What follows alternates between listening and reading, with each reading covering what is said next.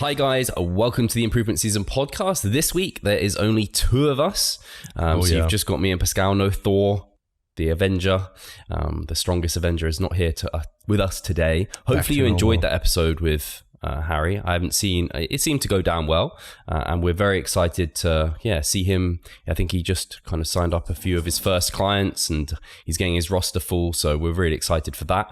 But anyway, on to this episode. We both got a beverage, Pascal. Let's share your beverage. What are you drinking? It's, as always, the Weihenstephaner alcohol-free beer. It's very good. I don't know what and it only has 16 kcals per 100 milliliter. Oh, okay. That is actually very good for an alcohol-free beverage such as a beer. Otherwise, it's always like 20 to 25, sometimes even 30, if I remember correctly, which is not that much of a difference. But yeah, I mean, it tastes very good. Is it not like the decaf to the coffee, or is it no better than that? It is much, much better than that. Like, honestly.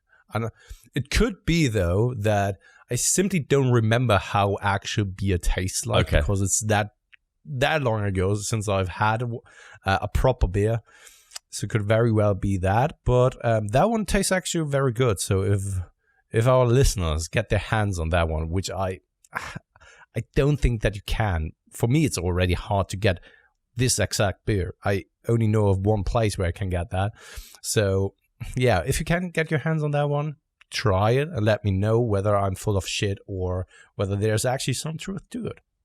I always thought this, if I just switched to decaf and only ever had decaf, yeah, right. Would I eventually like it?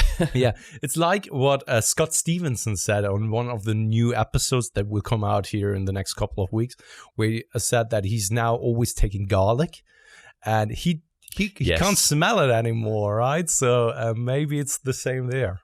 Actually, that's what happened to me one time. I can remember I did it was like the warrior diet, and I thought this wasn't a component of that diet, but I thought that cayenne pepper would upregulate my metabolism and I'd burn more fat. And it does to a certain tiny, minuscule degree, and it basically ruins all your food because it was so spicy. But by the end of that, like, months I was doing it, I couldn't even that wasn't spicy to me at all. I was put on shed loads, whereas now any little bit of spice, I'm like, whew, that's a bit much for me. Like a Nando's medium, that's pretty hot for me. That would also explain why so many people in the gym, each and every single time that they're there, stink. Like hell, they stink.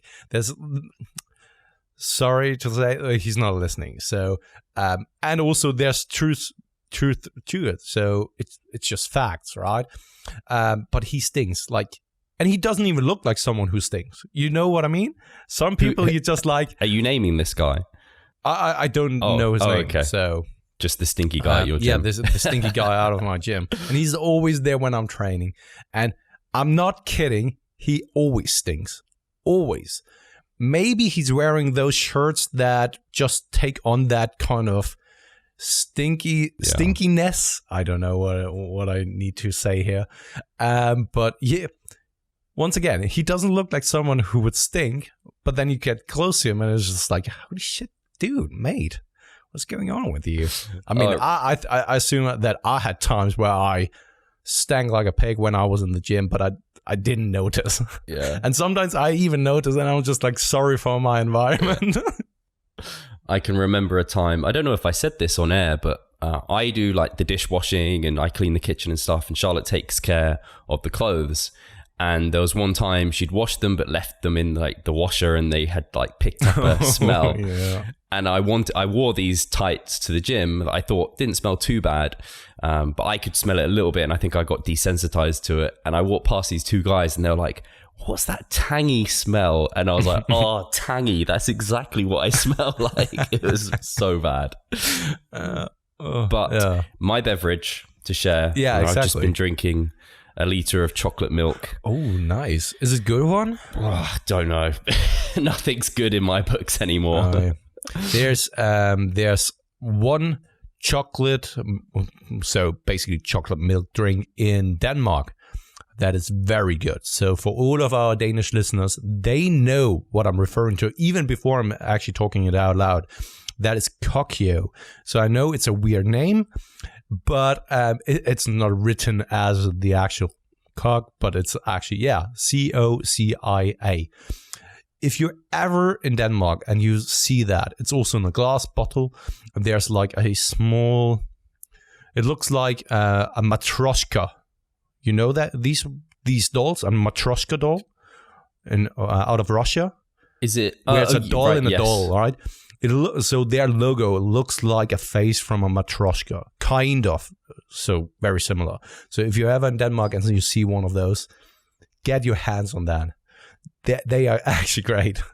I actually didn't know that they were called matryoshka. I always knew them as just Russian dolls with the little doll inside of a doll. I think it's so. Could it be that I'm pronouncing it totally like butchering the name? But I think it's matryoshka or something like that. And you're in week 2 of your new mesocycle, correct? That's true. That is correct. Yes, and I'm actually already quite exhausted. I think I don't know what it is. Whether it's my environment, whether I'm pushing it too hard now, and I changed something about it. Like maybe the mind-muscle connection is just so good now that I get so much more out of each and every single set and rep that it just crushes me to do like the work I've done a couple of months back or so. Don't know. Still feels very productive though.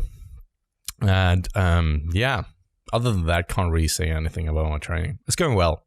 Happy that there aren't any kind of injuries around at the moment. Yeah. And because for a long time your back was an issue, and that seems to have not cropped up for quite a while, which is really good. And the thing is, I think I know what it is now.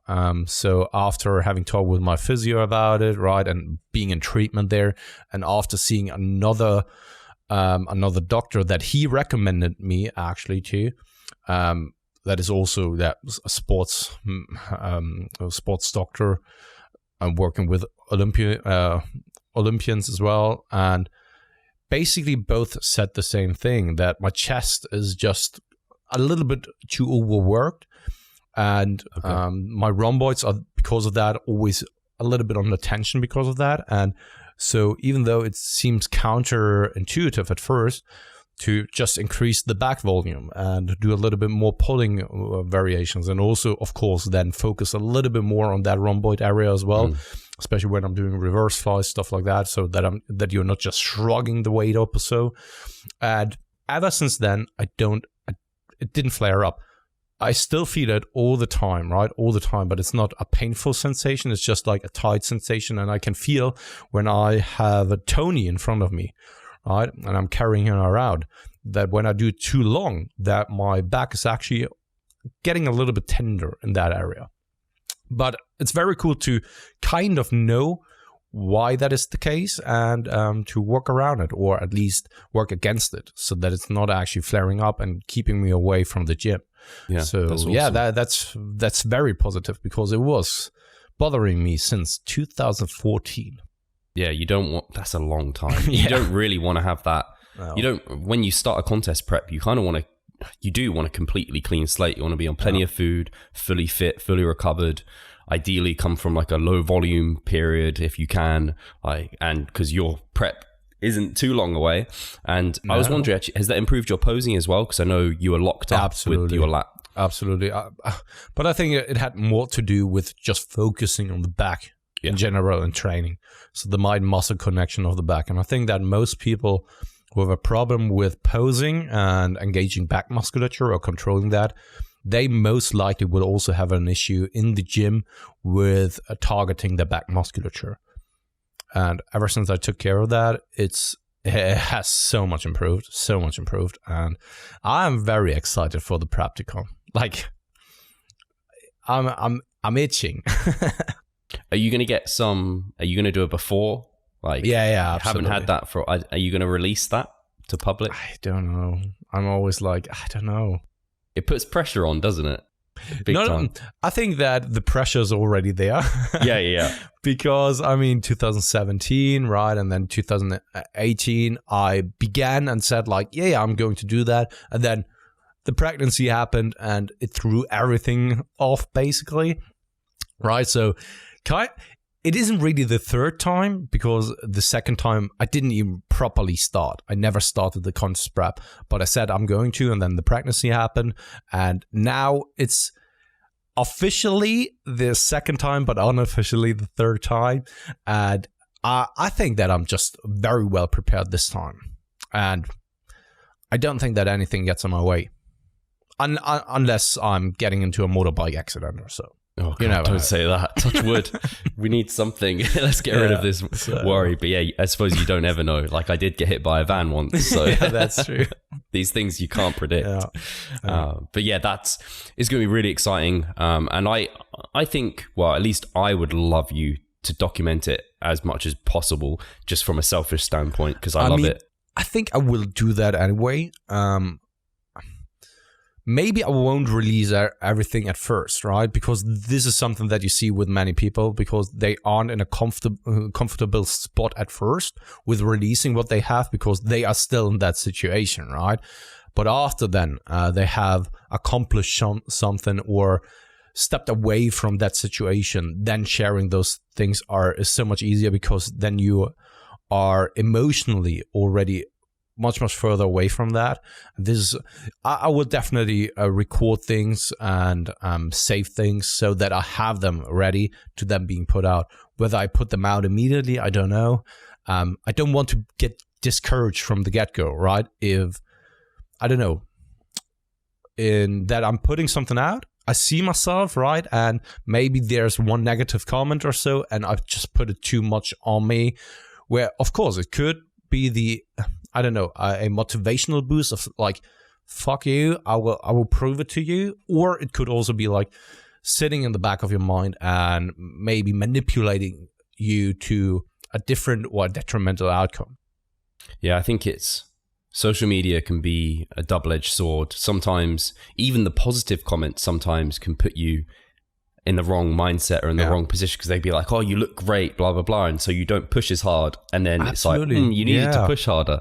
So I think, at least in my head, what I'm going to try and do is, for the most part, ignore people's comments from social media, because I will document as much as I feel comfortable, which I imagine will be a fair bit. We'll see.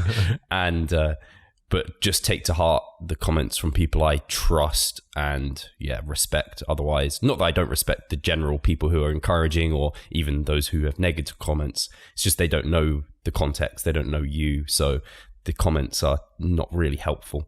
Yeah. I think that in my case, I matured even more since like something 2017, 2018. And I'm in a very good position. I have a strategy. I set myself up for at least a very successful prep from the get-go. How it then turns out, at some point, it is always somewhat in your hands, but sometimes it isn't, right? I'm not saying this as a, precautious measure, so that when it's failing, I'm like, yeah, see, this is what I was saying, like that. That's not what I'm saying, but sometimes you never know what externally is happening, right? I mean, I have a family behind me. If it was to impact my family too much, it's the same as Jacob Scappers, my man, Jacob, who discontinued his contest prep in 2018, I think it was now. Or was it even 2019? I think it was 18. 18. Yeah. Because it had too much impact of his on his environment, his business, his family. And he said from the get-go that if it impacts his family too much, he will pull the plug, because bodybuilding is not worth to let it impact your environment to that negative extent. So that's what I'm referring to when I'm saying, like, there are just things that you can control to some extent, but some things that are a little bit out of your hand, right? So, but yeah, I'm very excited. I'm very excited, and it's time to get shredded. Time to get the walnuts out. The walnuts. And I want to give a big shout out to Brett Freeman, just because he's a sound dude. He was on Ask the Athlete, and he's given me inspiration. I literally just sent him a voice note on Instagram. He's given me inspiration since, like, I don't know when he was doing Natty Talk Radio. I think it was his podcast. Like, Sigma wasn't around at that time. I don't even know when that was, like 2010 10 or something. It's and a very long time ago. Yeah, I sent in a question and the guys answered it on there, and so I was like, you guys have been inspiring. Well, he was been inspiring me since then, and then to see him this year, like even improve. He's obviously WNBF lightweight pro, and it's insane to see him even bring a better package on top of that. And yeah, we were talking the other day about his before and after, and just like, come on, like it's like that he just exchanged the fat with muscle mass. This is what it looks like, actually. It's crazy. But yeah, I wanted to reach out to him when I saw that picture as well, saying like, mate, you look crazy. But I think that he received so many messages that it's not like, no, I will not do that. It's just one of many comments or messages. But I said it to him already at some point. I highly respect him for the way he looks at bodybuilding, because he has a true passion for that, but he is also not too emotionally invested. He's not that hoodie crew, hardcore, everything just for bodybuilding. I give up on everything else, right? This is not how he is, and I really do appreciate that. I think this is the way how you should do things. This is the way how you are a successful bodybuilder, in my opinion, because success is always subjective, right? To me, it doesn't mean necessarily that you are getting a title. A successful bodybuilder for me can also be making enjoying the journey, enjoying the entire journey. So not just one show or so, but the entire journey of bodybuilding, but also not giving up on other things that are important in life, and also evolving as an athlete, right? And this is also including something like a physical approach, but also then a mental approach as well. And everything, in my opinion, he talks about so often, I can so much relate to. And I do, of course, it's a little bit confirmation bias, because I do agree with a lot of things he's saying, and also with the mental aspect as well of the sport. So it is a little bit of confirmation bias, but at the same time, this is always what humans do, right? We always seek out the people that we can relate to and identify with. And I just said it to him at some point, like, this is truly inspirational for me, right? And I once said it to a different client of mine, like, don't look at the other, sorry to say it that way, right?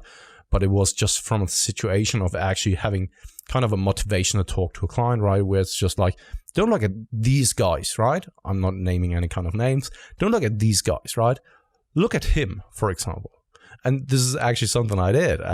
So Brad, I don't know if you know, but I sent Brad's Instagram profile to one of my clients, and also Samo, because both, they have still a private life. They are taking care of other things, right? They are not like too emotionally invested and be like, okay, this is all that counts. Samo has a family now. He has a newborn. Well, I don't know if you still can call it newborn, but these are the things, right? And they are still managing to be world class, right? So I hope that this message comes across, that you can still be absolutely great while still taking care of those important things. And we even talked about it before getting on the show, right? That with me and my family, it just completely changed my life. It may not always be obvious, but I don't live my life for me or for myself anymore. I live it for my kids, so that they can grow up and have something that I didn't have as a child, maybe, and monetary security and all that kind of stuff. The money I'm making right now is not necessary for me, but it's more like for them and for their future, and to give them, I don't know, more opportunities in the future, right? So, yeah, sorry, I went totally off on a tangent here. We've given way too much props to Brett. We have to bring him down somehow. Yeah. His arms are shit, man. What can I say? Sorry, I do Brett. love his outfits, though. Pretty cool outfits, especially his sweater, like the colorful sweater. It's kind of 2006 indie rock style. Do like that, American Apparel and stuff like that. 2006. And actually exciting. Another person who's inspirational in this regard is Jeff Alberts, who's probably kind of the hallmark person that you think of when you think of balance and you think of someone who's a family man and improving year after year.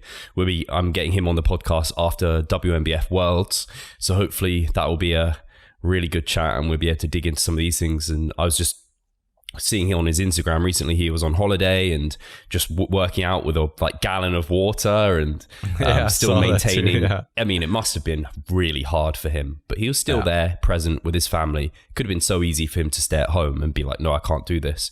But he still was there, and he had shredded glutes, and he was on holiday on the beach drinking Diet Coke rather than Malibu and Coke. It's funny because these are 3 individuals that are all prepping this year and are going to Worlds. And most of the time you see the message of you have to be hardcore, you have to sacrifice things, right? You always have to give it your all and stuff like that.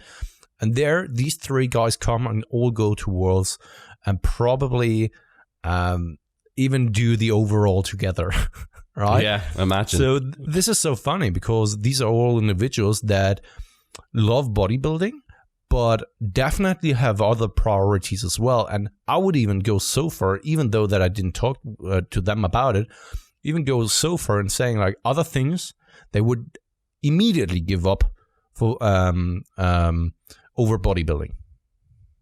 When there's someone holding a gun, right? So the typical analogy, holding a gun to your face and saying like, okay, you have to choose between X, Y, and Z or bodybuilding. What are you doing, right? And I would even go as far as saying that there are other important things for them. And still, they are on the world stage and probably doing overalls. Yeah. So that's nuts. And to give them, I know it just to make sure it doesn't sound like this to listeners, each of these guys are working their fucking ass off as hard as they can in every given situation. They're just not letting that over prioritize other aspects of their life. And in fact, you might argue they're working harder than some of the people who might let bodybuilding prioritize and they let everything else go and they isolate themselves. I just want to make that clear because it might have sounded like, yeah, these guys are just breezing it because that's not what they're doing. And also because we just kissed their asses for way too long now. Sam wanted to send me a box of cereals and he hasn't done it yet. So fuck him.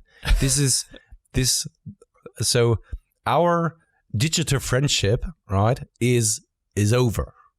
This is official now. Unless you're sending me 2 boxes of cereal now. Or 3. Rather 3. Maybe it's in the post. It can take a long time from the US. Yeah, that's true. Maybe it's caught in, what's it called? Duties. It is. It's too flavorful for the EU. I just had Cineminis here today. And also I talked about Fruit Loops at some point, right? You remember correctly, right? The thing is that we have a box of the Oreo series at home. Thing is, everything is so much more palatable out of the US. I know it's probably because there's a lot of sugar in there. And I think that there must be a regulatory thing or so in the EU because they must have changed something about the recipe. Because also these Cineminis, I do remember that they were so much more flavorful back in the days. I don't know. So I don't know what's the point of what I wanted to say, but cereals in the EU...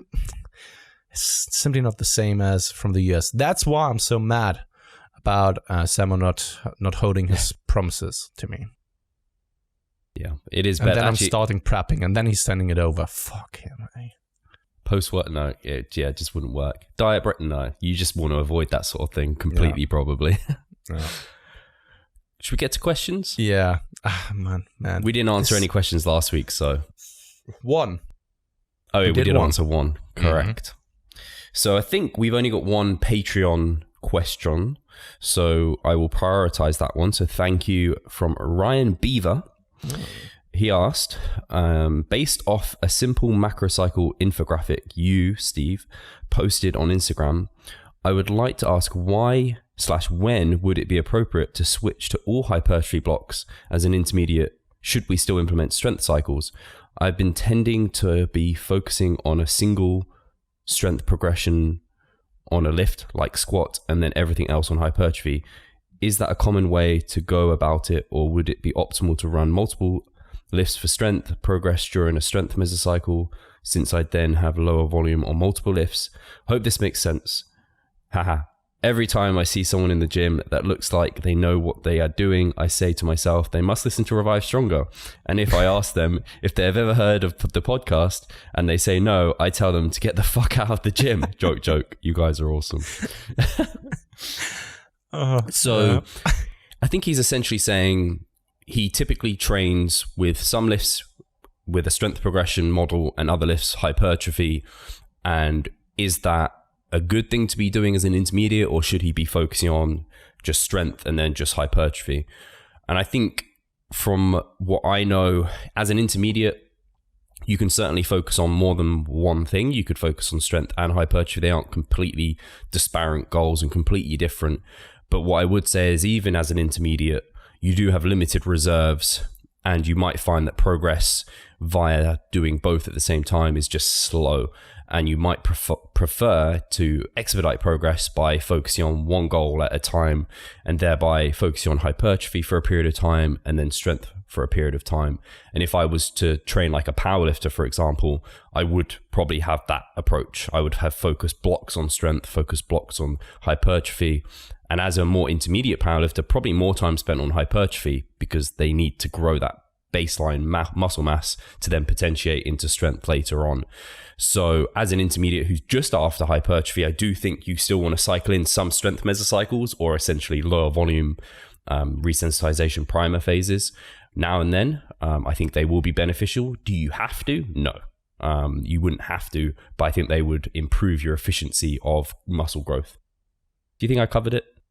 Yeah, so we recently had a comment which was totally appropriate.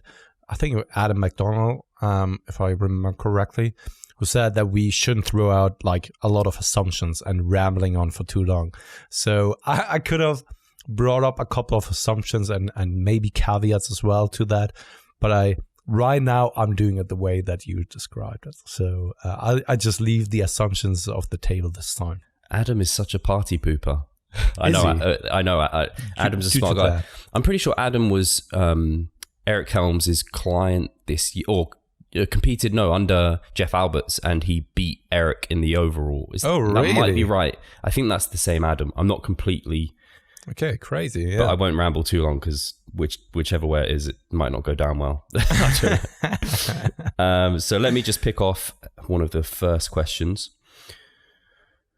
Steve, in the meanwhile, right, could I ask a question of one of my clients? Because he basically said in one of our check-ins this week, like, okay, this could be an interesting question that we are covering here.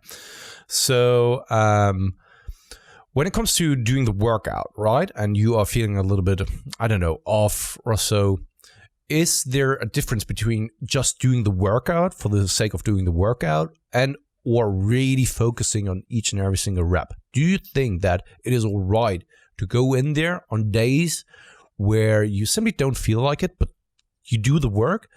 Or would you rather think like, okay, take another rest day or so that you're really focusing and really, I don't know, focus overall on each and every single rep and set?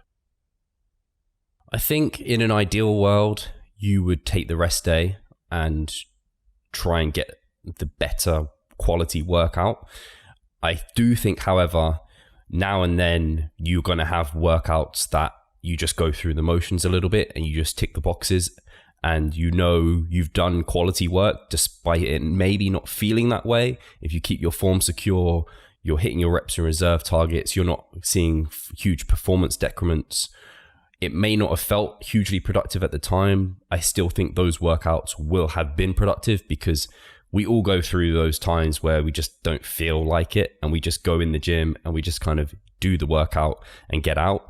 I think to think that every single workout is going to feel super productive and feel really good is unlikely. And I think you may end up just really limiting yourself if you keep trying to have those sort of workouts, because you'll probably take a lot of rest days. And the thing is, when you train, especially for hypertrophy, you train under fatigue all the time, and that fatigue accumulates. So it's unlikely that you're going to feel superb all the time. So that would be my kind of view on it anyway. No, mine as well. And the thing is that I think you more than often you even experience like days where you simply don't feel like it, or for one specific muscle group or body part, the movement simply doesn't click, where it's like, I don't know why, but I simply don't connect this time with my back, for example. But still, you do your very best to go into the focus. So you're trying to focus, basically, and try to get the most out of it. I think that in that case, consistency just yields success over time. Will it be the most optimal scenario? It's like you said, in an optimal world, probably not. But sometimes our body is also tricking us. We do feel like amazing, and we go in and it simply doesn't click. Or vice versa, we feel like shit and we go in and it's just an amazing workout, right? So it's like the same as HRV, basically determining whether you are ready to train here based on your HRV in the morning. Most of the time, maybe not the best idea, because it could be wrong date, or it could even have an impact on your overall mentality going into the gym. So I think that most of the time, doing just the work is probably the better way, unless you feel that there's an inherent risk to the exercises or the session in and for itself, because you're simply not there. I think I'm relating this to like perfect form and terrible form, and like the perfect session versus a terrible session. And you can't always have perfect form. If you keep only trying to train with perfect form all the time, I think inevitably you're going to hold back some progress. And I think there's a bit of wiggle room, just like you don't want to just always only train when you have the perfect like nutritional timing, the perfect sleep the night before, because it's just unrealistic. So there's a range that, you want to be close to perfect, but you can certainly be a bit far away from that. So yeah, cool. Next question is from Spencer Keane, and he asked, how important do you consider mobility for maximizing natural bodybuilding outcomes? Is it sufficient to be able to achieve full range of motion through movements, or are there benefits to being exceptionally mobile? Example, injury prevention, increased hypertrophy, etc. I think that having exceptional mobility can even sometimes be detrimental. That when you have, because at some point there's a limitation of range of motion, and either it's coming from maybe some stiffness in the muscle groups or so, which is probably better than the end range of motion of your connective tissue. So for example, a typical thing is something like a shoulder impingement, or something like what I had, FAI, so femoral acetabular impingement, which is in the hip area, where there's a range of motion where then bone-on-bone contact is actually being created. So when you are hypermobile, let's say, right, and you are not getting to the range of motion where it feels like a limitation, but it is actually a limitation due to your anatomy, it could very well be that you're always then pounding your connective tissue without noticing it. We've talked about it in the past a couple of times. We simply don't feel whether we are kind of destroying over time the connective tissue until the point where it's basically nearly too late already. Most of the time we are speaking about 4 stages of connective tissue damage. That is stage 1, stage 2, stage 3, stage 4, and stage 4 is basically already bone-on-bone contact, right? So, and on stage 3, it's already very, very well developed and advanced, where it's already like very close to being then a bone-on-bone contact. And first, then you're experiencing like maybe some pain or discomfort, right? So it could very well be that when you're hypermobile, your likelihood of bone-on-bone contact is actually increased. I'm not entirely certain whether there's some, because I've never looked into that, whether there's actually some truth to it, but I've heard that these snake humans, I don't know if it's called that way, these kind of circus artists who are then bending and all that kind of stuff, that this is not the most healthy thing for certain connective tissues and all that kind of stuff. That being said, let's take a different example with what I had. My doctor said that it's quite common for people who are going into extreme ranges of motions to see an injury like this. For example, dancers. right? You see it all the time, dancers with FAI, or soccer players even, right? For their range of motion, because range of motion is always a little bit individual dependent, right? What is a full range of motion for you could be a full, quite different full range of motion for me because of how the bones attach and all that kind of stuff. And because of that, hypermobility is not always a good thing, especially if you can't generate force and control that range of motion. This is something that Quinn Hannock extensively talks about, that mobility in for itself has no advantage if you can't make use of the mobility, right? So if you squat down and just sit in the hole, but you can't really generate force or control the range of motion, then it's probably not good, and probably also other tissues take over instead of the muscle mass then. So is there any kind of benefit if you have a limitation that keeps you away from executing that movement correctly or good? Probably working on your mobility can be a good thing, but everything beyond that is probably not needed, or doesn't serve you any kind of, or doesn't add any kind of benefits. I think so. Spot on. No, I agree. And I think you said this already, but it could even be detrimental being more mobile, because you could end up not being able to control that range. I think people with like hypermobility often suffer from, like you said, various problems because it's just not how the body's meant to be. And I think you summed it up incredibly well, so I don't need to talk anymore on that point. I think that was a great answer. I think just to add on that, powerlifters are very, very good because of their stiffness, right? So when it comes to, for example, the squats, they are very good in reversing out of the bottom without actually damaging that connective tissue too much, because the muscles, or there's a certain muscle stiffness going on, which is a good muscle stiffness, right? Not all muscle stiffness is necessarily bad, as promoted quite frequently, right? And the same goes for something like benching or so, right? When they are walking around, I don't know, with their barrel chest and shoulders rolled forward a little bit. For them, for their purpose, for the way they move, this is actually a very, very good thing to have, right? Because they are so much better than generating the force that they need in that giving range of motion. So yeah, just wanted to add that on top of it. Cool. So next question is from Andrew White. He has asked, thoughts on accepting your genetic bias as a non-competitive bodybuilder and catering your approach to that perceived genetic bias rather than try to force something unnatural on your physique. For example, say your natural disposition is to carry a bit more body fat, but you're able to put on muscle relatively easily, but you're locked into this idea of being beach lean 365 days a year. Worth it? Or should you just accept your genetic default and train and diet to your strengths? Or on the other hand, being the skinny kid who always will be naturally lean, but just absolutely force feeding yourself to be big, worth it? Or should you just accept the leaner physique and train and diet accordingly? Just looking for thoughts, not a definitive right or wrong way to think about it. So we just released the seminar footage with Cliff Wilson, and there's an entire section about his journey as an athlete, and he talks a lot about genetic traits and stuff like that. So I would first and foremost recommend that you purchase that. So a small little nasty plug here on the side, but it's very valuable because it also changed my perspective on the way I define myself and I look at myself as an athlete.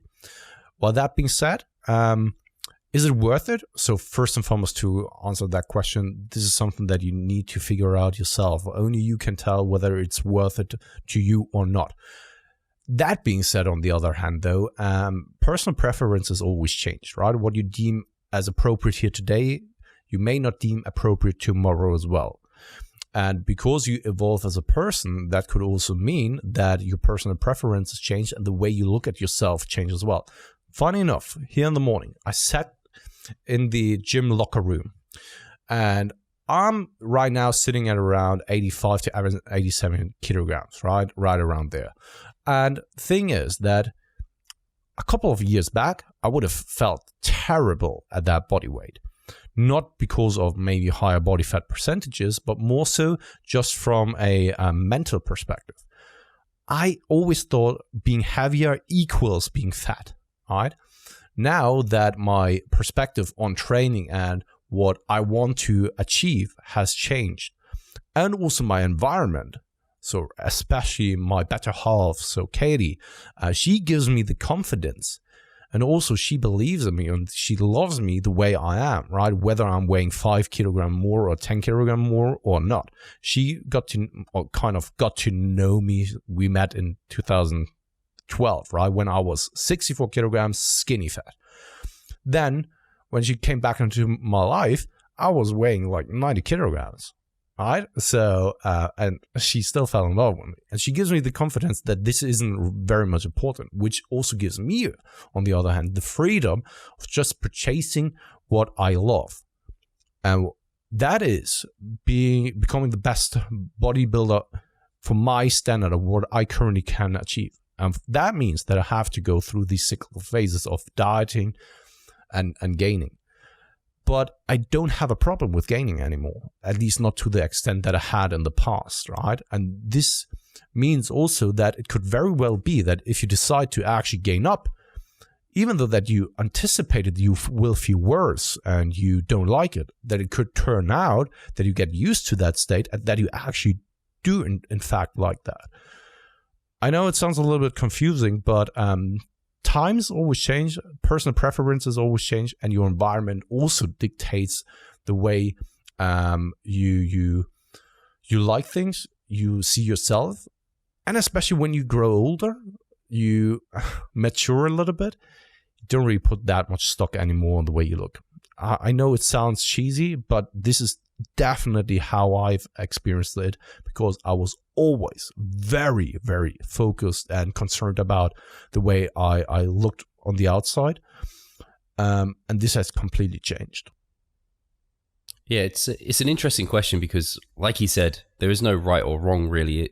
It's more of a what brings you happiness, and that should be derived from the process and not necessarily the outcome, because as all of our listeners hopefully know, there is no good in deriving self-worth from how you look, because you're never going to be fully satisfied. Even the guys with the best genetics, I bet you they point out their tiny little weak points that they might have. They always want to be bigger, just like all of us have that slight feeling. So you derive your pleasure and your self-worth from yourself as a person, as a husband, as a dad, as a brother, as a coach, as a good colleague, these sort of things, as a good friend, and not from your physique. So you therefore just want to work towards something that you enjoy, and that you that process is something you enjoy, because for like Cliff, like he wasn't made to be a bodybuilder, but he is now making his living being a bodybuilder. And we could say the same for ourselves. In fact, like both of us know we didn't grow like a weed when we first got into the gym, but we've established Revive Stronger as one of the foremost physique development podcasts and coaching services within at least the evidence-based kind of niche that we're in. So if we thought, we're never going to be great, like we're not made for this, we probably wouldn't have ever continued. But both of us loved it so much, and we derived so much from the process, and as coaches enjoyed helping others so much that we continued. And so I think that's what everyone wants to focus on, because there's probably even, actually, I've had friends who probably were made for bodybuilding more so than me, but they didn't enjoy it. So I've become bigger and more muscular than them because I just consisted for longer. So yeah, it's an interesting conundrum, but you have to work it out for yourself. So one more time to bring up Scott Stevenson in one of the episodes that will come out. I think that episode will come out here on Saturday. He talked a little bit about genetic traits, and funny enough, he brought up something that really stuck with me, and that is, so I knew it, but it was never really spoken out in that way. It was just like, yes, absolutely, right? You will know, so it has nothing really to do with that question here that Andrew asked, but more so like a general, because people bring it up all the time. How do I know whether I'm genetically good or not, right? And Scott basically said, like, you will know in the first year whether your genetics are good or not. you will know, right? And yeah, then he brought up a couple of examples, or one example in particular, but this is something that you can listen to in the podcast itself. But it was very, very interesting. Scott always has so many good anecdotes and little stories. Good, mate. He's such a good dude. Like, honestly, I don't know what it is about him, but I just like listening to him. Yeah, and he can really talk, nice so guy. There is a lot to listen to. Yeah. I missed out. I apologize. Scott Milinski.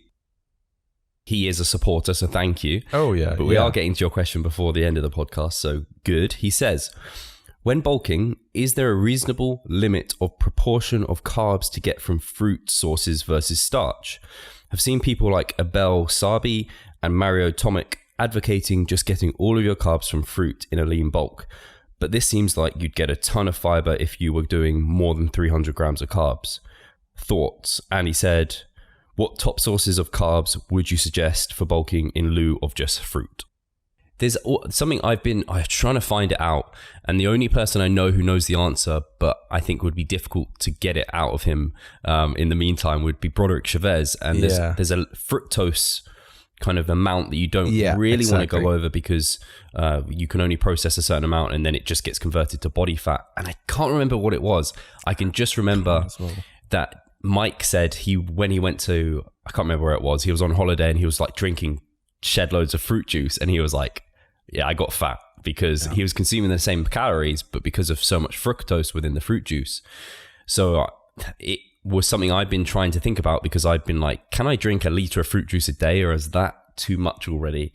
So I think I think that fruit juice is a different kind of beast when it comes, though, to just fruit consumption in general. I think the fructose is none of your concern in that case, because I think that you will get to a point where fiber will be the limiting factor instead of something like fructose. Yeah, absolutely. And also, at some point, it's just a little bit inconvenient then, right? Not just from the fiber intake, but overall. I mean, getting onto that carbohydrate intake with fruit only, I think that is very, very hard, actually, overall. I imagine to eat that amount. The only reason they may be suggesting this is because they're saying lean bulk, and I would assume this is for someone who struggles to not overdo their massing phase. And so in that case, being fruit, it's more voluminous, more filling, and so I can see the rationale behind that. I don't think they're saying it's necessarily superior to including some starches within there, especially if you're someone who can control yourself. Abel is listening to that podcast probably. Right, Abel? Yeah, I know. Comment below, Abel, you best. Yeah, and maybe you can elaborate, because otherwise we would strawman probably your arguments over on your video, and I haven't seen the videos from Mario or Abel, so every assumption is just basically straw manning their recommendations or so, which I don't want to do, right? But just aside of what they said, I think that gaining primarily with a high fruit intake, I imagine it to be inconvenient. I do eat a lot of fruit simply because I like it as well, right? But I'm not only gaining on that amount of fruit intake, or something above 300 grams of carbs per day only coming from fruit, right? I think it's probably possible. Is it the best thing to do? I would assume it isn't. I think within a cut, that could be a really cool strategy to have like just your carbs coming from like fruit and veg. That would be pretty cool. Probably also because you're more in a depleted state when it comes to muscle glycogen, and when muscle glycogen is actually low, the liver glycogen will also kick in, and you're kind of basically filling that one out as well then with the fruit intake. And I wonder if no, potato is not a fruit. I don't know why I even brought potato up, but I was just thinking potato is a white potato, like high on the satiety index. That probably would want to be included for someone who's like doing a lean bulk and struggles to like with overeating. As long as you don't do what I did last night and fry it in butter, which is what I ended up doing to get it in. Yeah, no, but in all honesty, so try, if you really want to lean bulk, try out to have a meal of potatoes with quark. You know my recommendation, right? You can even go as far as having like a sour cream quark that is low in fat. It's a little bit more palatable though, so be aware of that.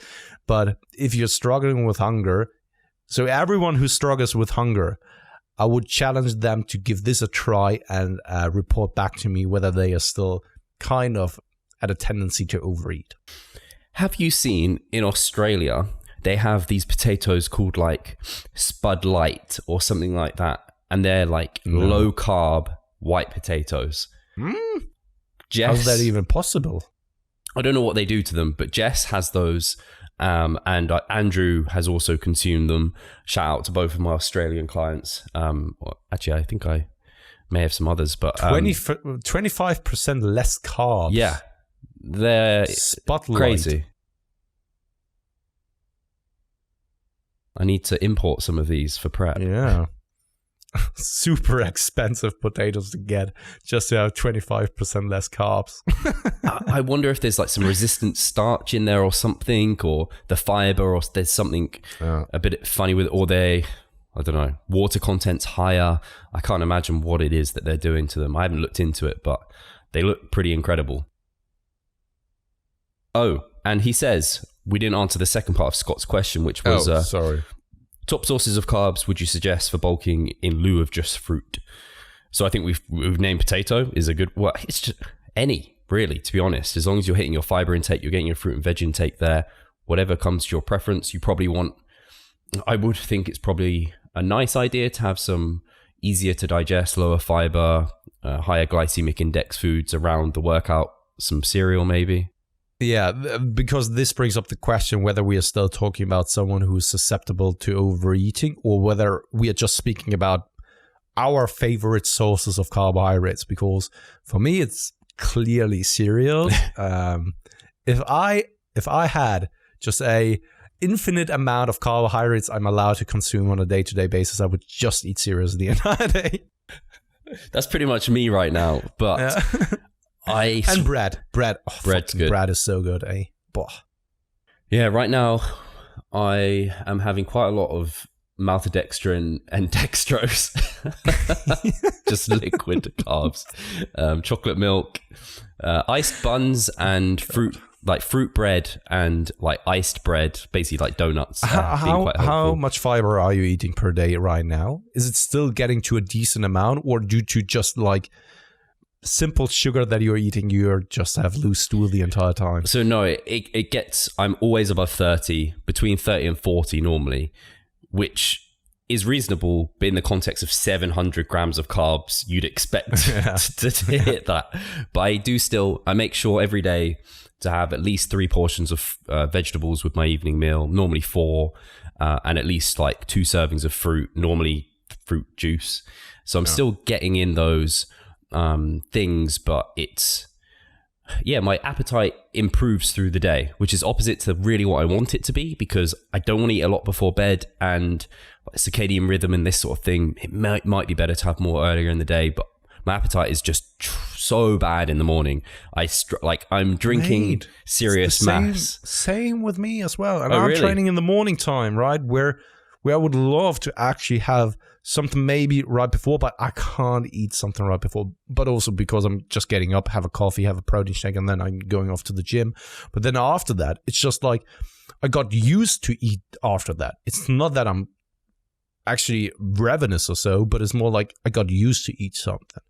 And this is a bowl of cereals, 100 grams. So with a little bit of protein as well along the way. But yeah, I would love to actually have it the other way around as well.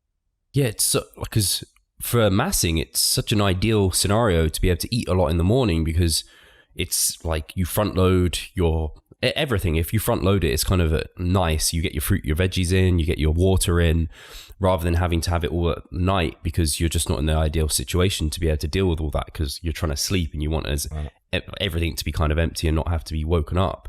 But yeah, I don't know what reason there is for us feeling this way in the morning. I know I've heard like my sister, I can remember from growing up, she was like, I always feel sick in the morning. I never want to eat breakfast. And I thought this was just from she's a girl. She doesn't want to have breakfast because she wants to skip a meal. But I wonder if there's something to it. I don't know. And something else my client brought up was he feels nauseous when he drinks like whey protein.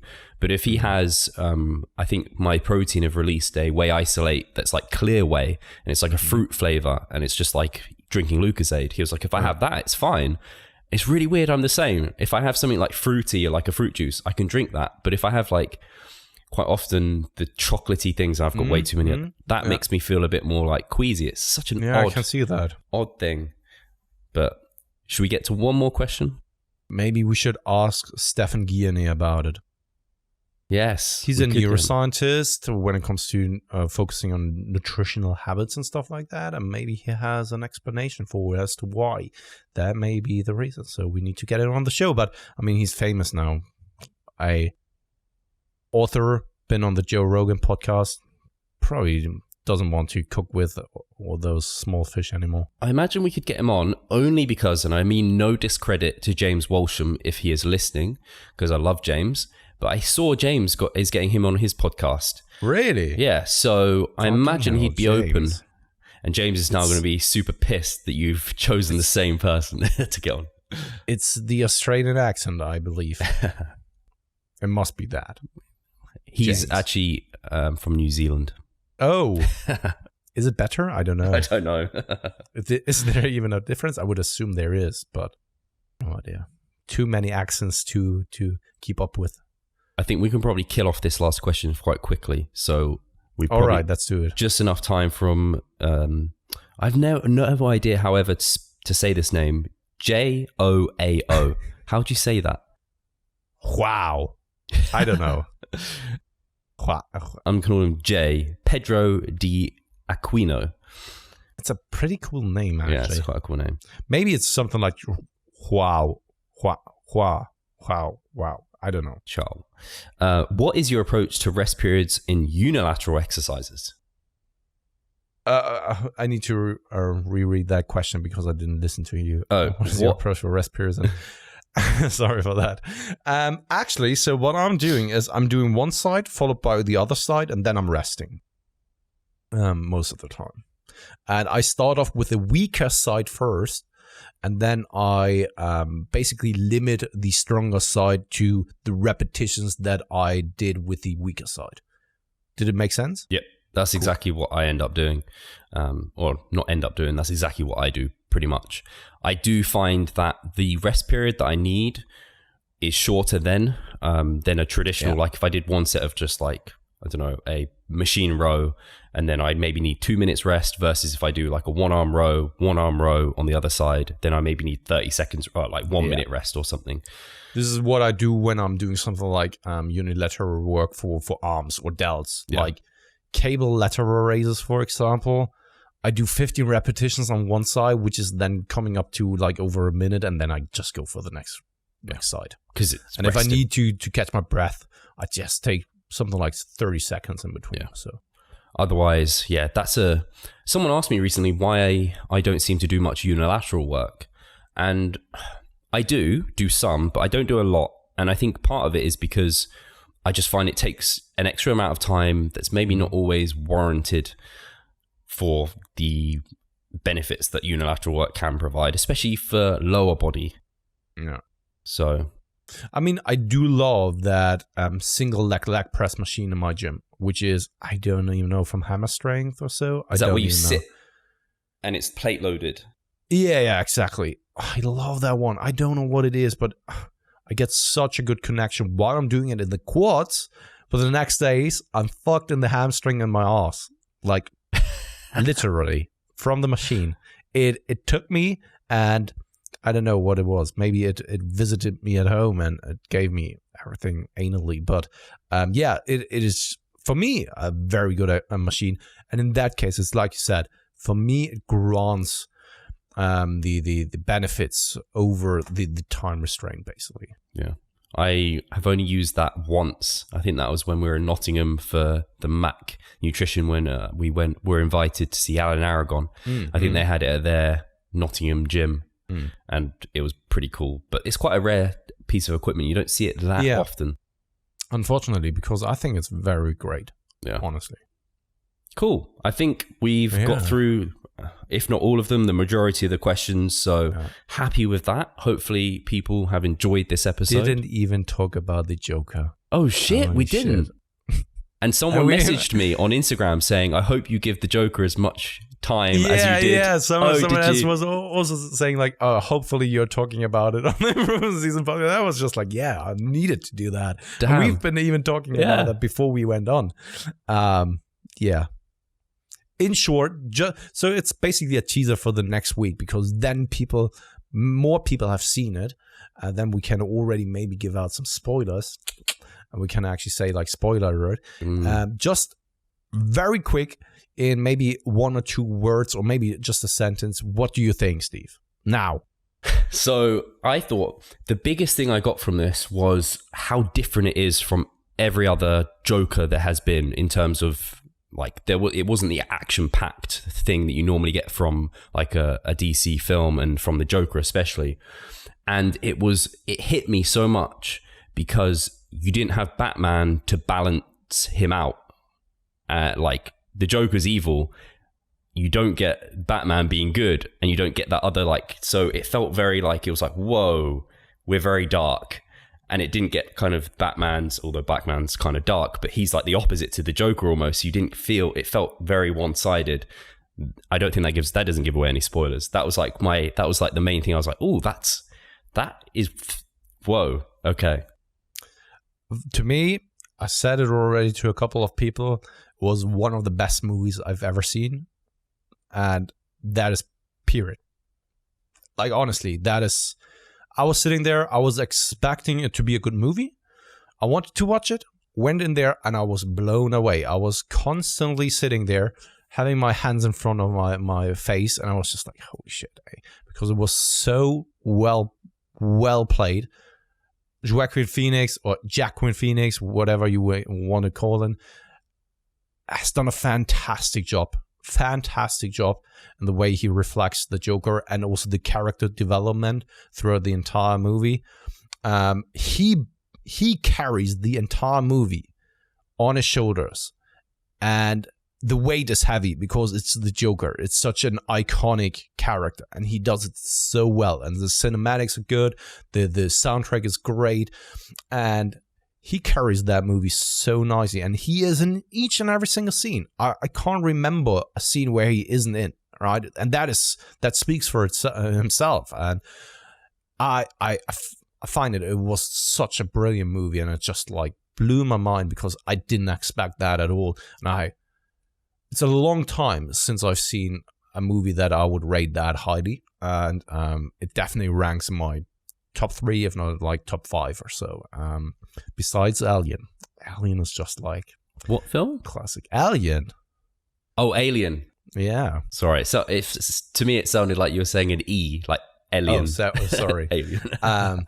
Amazing. So basically, Joker had everything to me. Everything that a good movie needs, right? It moved me. It also made me think and also question my own approach. And this is also something that I think that many people have a problem with, because I heard that some people didn't like the movie because it made them feel uncomfortable. But basically, it makes you feel uncomfortable because it actually challenges you to reconsider how you approach other people in public, right? And how you deal with other people in public. And it faces, or it makes you realize that sometimes you're probably just a shithole or a fucking asshole as well, right? Who treats other people around them like shit, and you don't know anything about them as well, right? So basically, it also speaks for itself. Like, it is a massive message to the general public how we treat each other, and whether we are the reason for the problem of others as well. So when there's someone who has a mental issue, whether we are actually contributing to that mental issue as well. Right? And this is something that I very much loved. I know that there will be people who are actually, once again, criticizing that movie from a very different angle and approaching that movie from a different angle. And that is totally fine. We all have, also their different perspectives, preferences, the way we look at things, and we are all sculpted by our past experiences as well. So that is totally fine then. Yeah, my only comment is I wouldn't go in there expecting if you don't have any, like from listening to this, you'll have an idea of what to expect.